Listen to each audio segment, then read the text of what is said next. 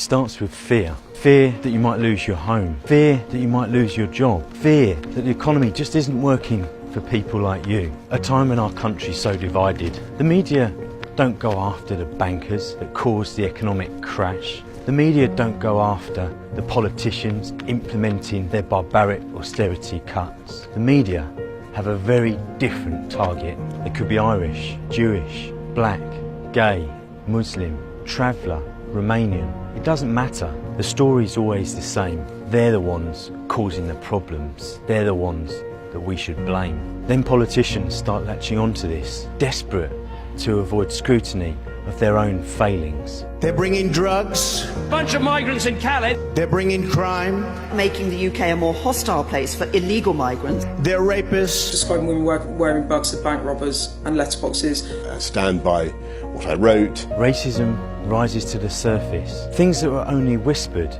are now said out loud. You look like a bloody pillar. You're an ugly foreigner. About your door. What's wrong with Hong Kong? Why did you come to this country? This is our country. That stupid cat belong in this country. Why do you hate us?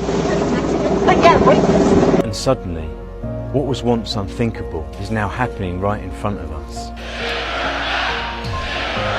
The so-called Windrush generation are being denied healthcare, benefits, pensions and passports, being stripped of their jobs and threatened with deportation. Hundreds of young people are living under inhumane conditions at a Texas border control station. They found about 250 babies, children and teenagers without adequate food, water and sanitation.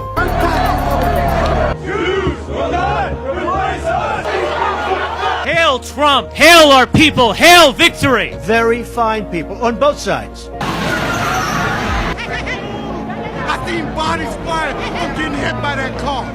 I see people and blood on the fucking ground. Any Jewish people that vote for a Democrat, it shows either a total lack of knowledge or great disloyalty. At least 11 people are dead and 6 more wounded after a man walked into a synagogue and opened fire. 49 innocent people have been gunned down in a terror attack on 2 mosques. Joe Cox, MP for Batley and Spenborough, was attacked. I am now very sad to have to report that she has died. None of this is new. It's happened again and again and again. And it'll only stop when we don't give in to fear. Our neighbours are not our enemies. Who's more of a problem? The family moving in across the road or the politician that sold off all the council houses? We don't need to let them divide us anymore. When we stand together, when we stand shoulder to shoulder, we are always stronger.